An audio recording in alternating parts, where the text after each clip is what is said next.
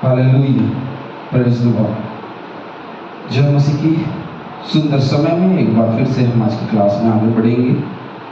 जैसे कि हम लगातार कलीसियाओं के विषय में चर्चा कर रहे हैं और ये 7 कलीसियाएं हैं जो पूर्णता का प्रतीक हैं और ये जगत में सारी कलीसिया का अगुवाई करती हैं, या फिर ये जो हैं ये 7 कलीसिया जो हैं ये पूरी दुनिया की कलीसिया को प्रस्तुत करती है।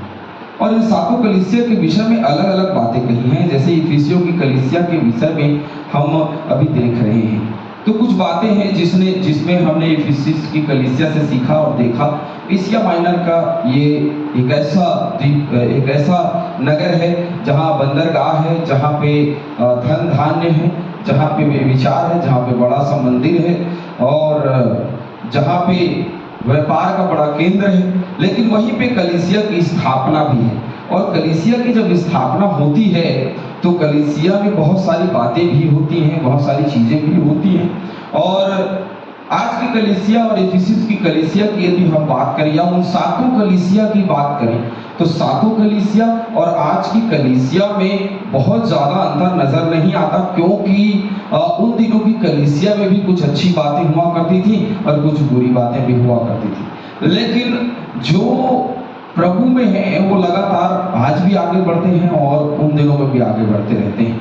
और हमने अपनी जिंदगी में या मैंने अपने जीवन में देखा है कि बहुत सारे लोग हैं जो बिल्कुल प्रभु की इच्छा के अनुसार अपने जीवन को व्यतीत करते हैं। कई लोग हैं जो वचन पढ़ने में, वचन का अध्ययन करने में, वचन को जानने में अपना समय बिताते हैं और बहुत सारे ऐसे लोग हैं जो वचन को टालते रहते हैं। तो ऐसे में कुछ बातें हैं जो इफिसियस की कलीसिया से मैंने देखी है, उसको मैं आप लोग के सामने रखूंगा। प्रभु यीशु मसीह आज भी कलीसियाओं के मध्य चलता फिरता तो है, वह सब कुछ जानता व देखता है, हम उसे धोखा देने का प्रयास ना करें। क्या इफिसियों की कलीसिया ऐसा कर रही थी? इफिसियों की कलीसिया में सारे लोग ऐसे नहीं थे, लेकिन कुछ लोग जो हैं वो बोलते हैं एक मछली पूरी तालाब को गंदा कर सकती, तो वैसे ही हाल है। तो कुछ लोग हैं जो अच्छे नियत के साथ में कलीसिया से नहीं जुड़े रहते, कुछ लोग हैं जो अच्छी नियत के साथ कलीसिया की मदद करने के लिए, सामाजिक तौर पे आगे आने के लिए ही वो शामिल हुआ करते हैं। दूसरी बात, परमेश्वर चाहता है कि हम पूरी लगन और समर्पण के साथ उसके लिए फलदायी परिश्रम करें तथा अपेक्षा से कहीं अधिक बढ़कर उसके लिए फल लाएं। परमेश्वर हमेशा यह चाहता है कि हम उसके लिए लगातार काम करें, उसके लिए फल लाएं, उसमें बढ़ते चले जाएं और निरंतर हमारे जीवन में उसकी महिमा होनी चाहिए। और कभी भी उसको ना भाने वाला काम या उसको पसंद ना आने वाला काम हमको नहीं करना चाहिए। लगातार जो उसको पसंद आता हो, लगातार जो उसको अच्छा लगता हो और उसकी जिससे महिमा हो, जिससे वो उसका नाम बढ़े, मेरा उठना, मेरा चलना, मेरा बैठना, सब कुछ तुझे भाता है, तो सब कुछ उसके साथ उसको भाता है। तीसरी जो बात है वो जांचता है कि हम विषमताओं में, विश्वास में कितने स्थिर रहते हैं। हमेशा परमेश्वर देखता है। अय्यूब के जीवन को देखिए, कितनी परीक्षा थी, उसके बाद भी वो परमेश्वर के डर और भय में चलता रहा।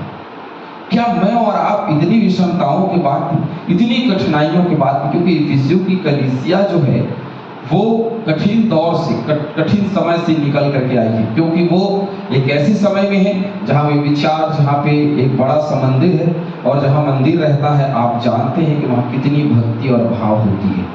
वहां से पौलुस ने एक बड़ी कलीसिया की स्थापना की है।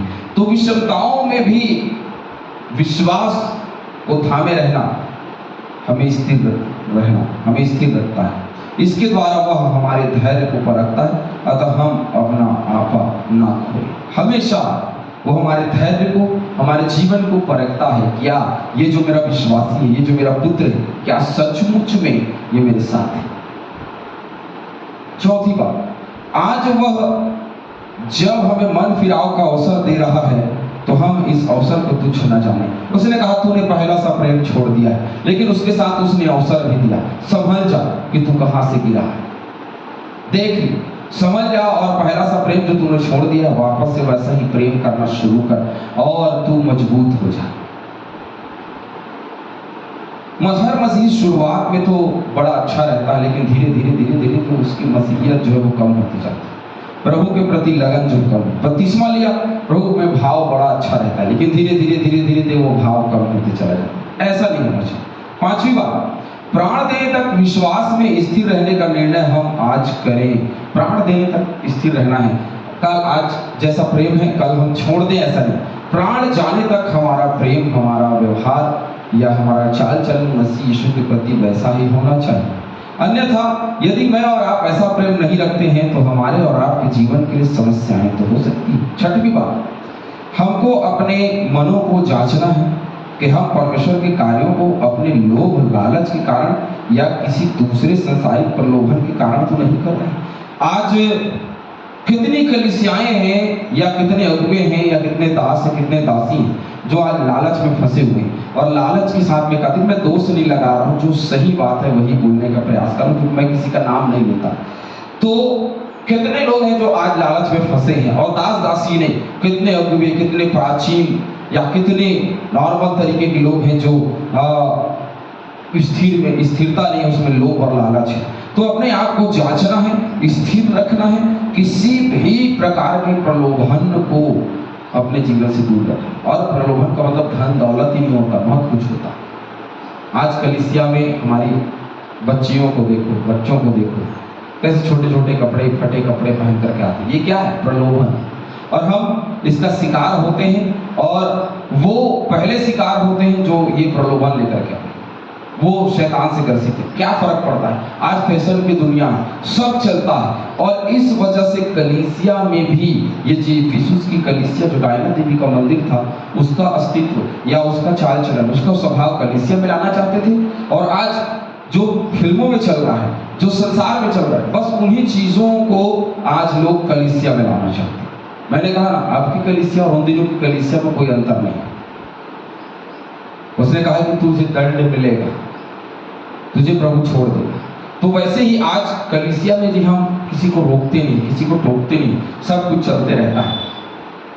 शादी विवाह के समय में हिंदी गाने चलते हैं, कितना मना कर लो, लोग नहीं मानते। हमारा काम है मना, हम करते हैं, नहीं मानते। मेरी भी कलीसिया की बात, सब कलीसिया की बात, कहते हैं नहीं मानते, चल रहा है। पास्टर साहब हैं तब तक नहीं चल रहा, लेकिन जैसे पास्टर वहां से निकलते हैं हिंदी गाने शुरू हो जाते हैं।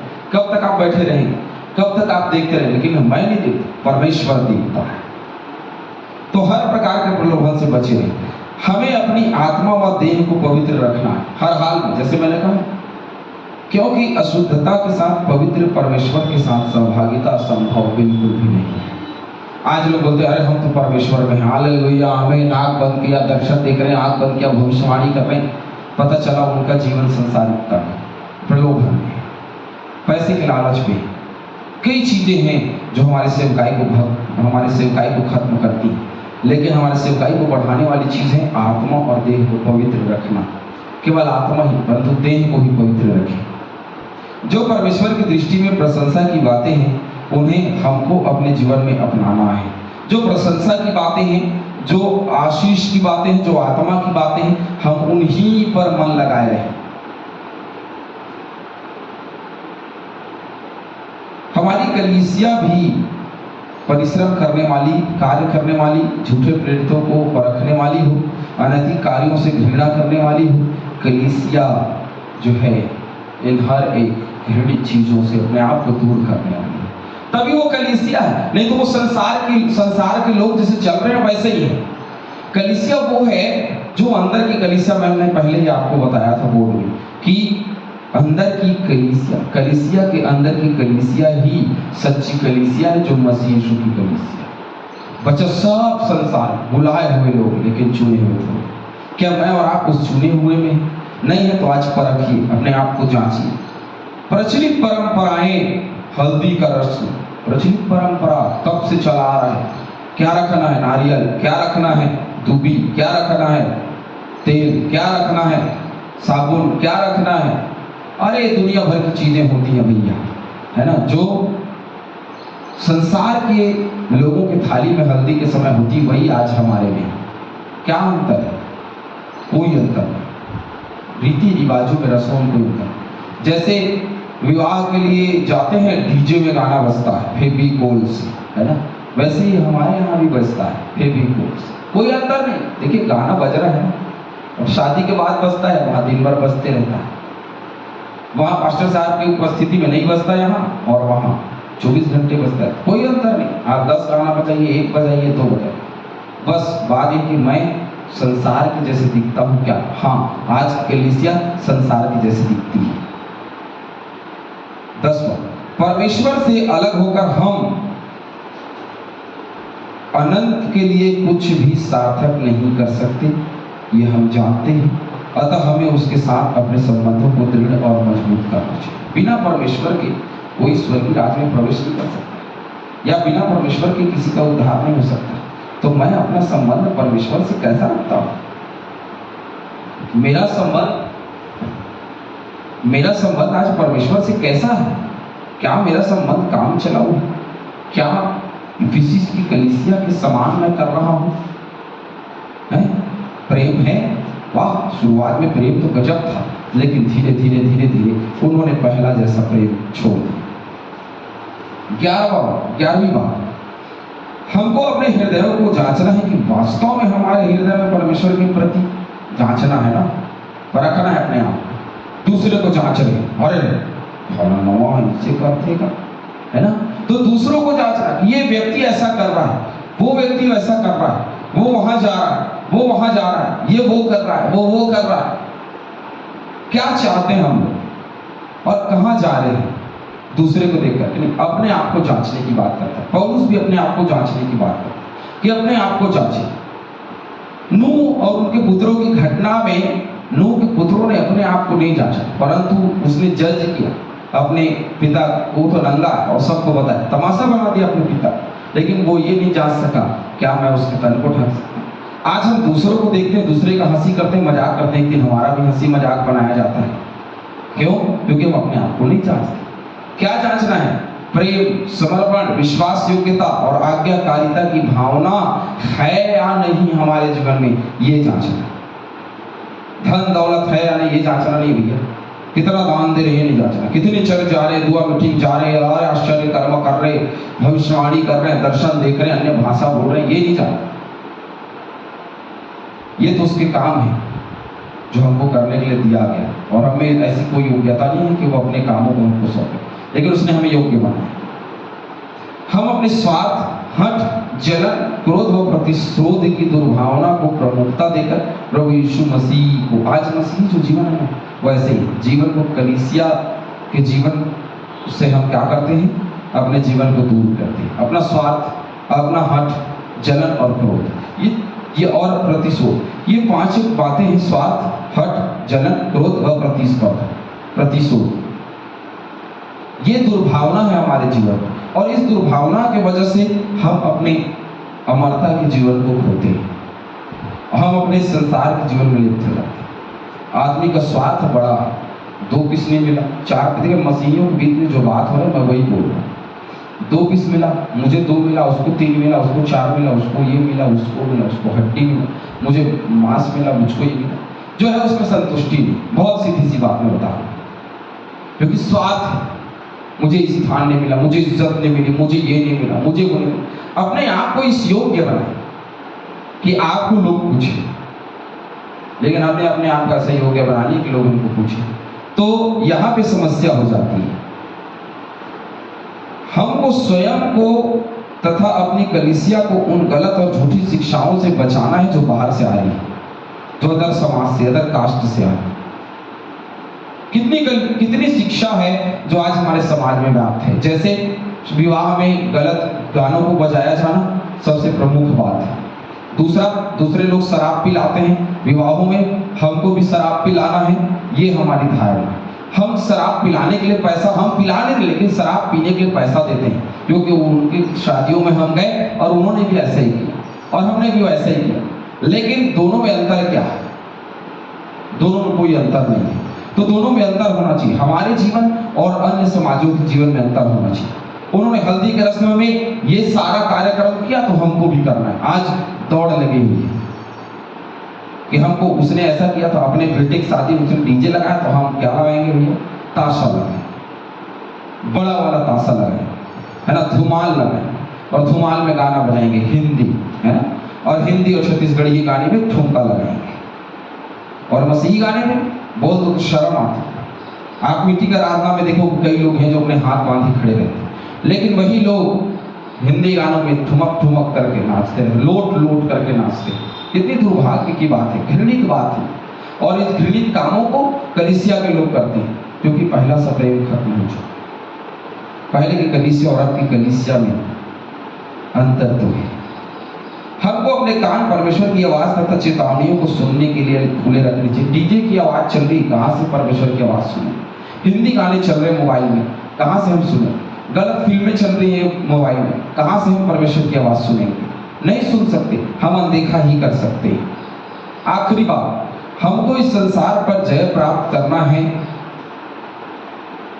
ये बड़ा चैलेंज है कि हमको जय प्राप्त करना है, लेकिन जय प्राप्त करने के लिए संसार को छोड़ना पड़ेगा, तभी हम इस संसार के पार निश्चित रूप से अनंत जीवन के भागीदार हो सकते हैं। याद रखें, यदि मैं और आप इस संसार से जय पाना चाहते हैं, अपने आप से जीतना चाहते हैं, तो अपने जीवन को संपूर्ण रूप से परमेश्वर को सौंपना होगा और अपने जीवन में लगातार प्रभु में आगे बढ़ते रहना। यदि मैं और आप प्रभु में निरंतर आगे नहीं बढ़ेंगे, तो कहीं ना कहीं हम आज या कल धोखा खाएंगे। आज और कल धोखा खाने से बचना है तो क्या करना पड़ेगा?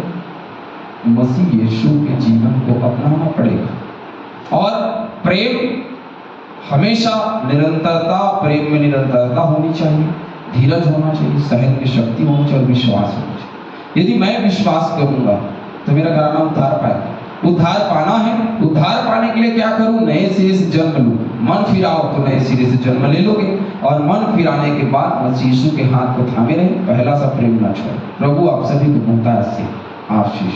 आमीन, हालेलुया।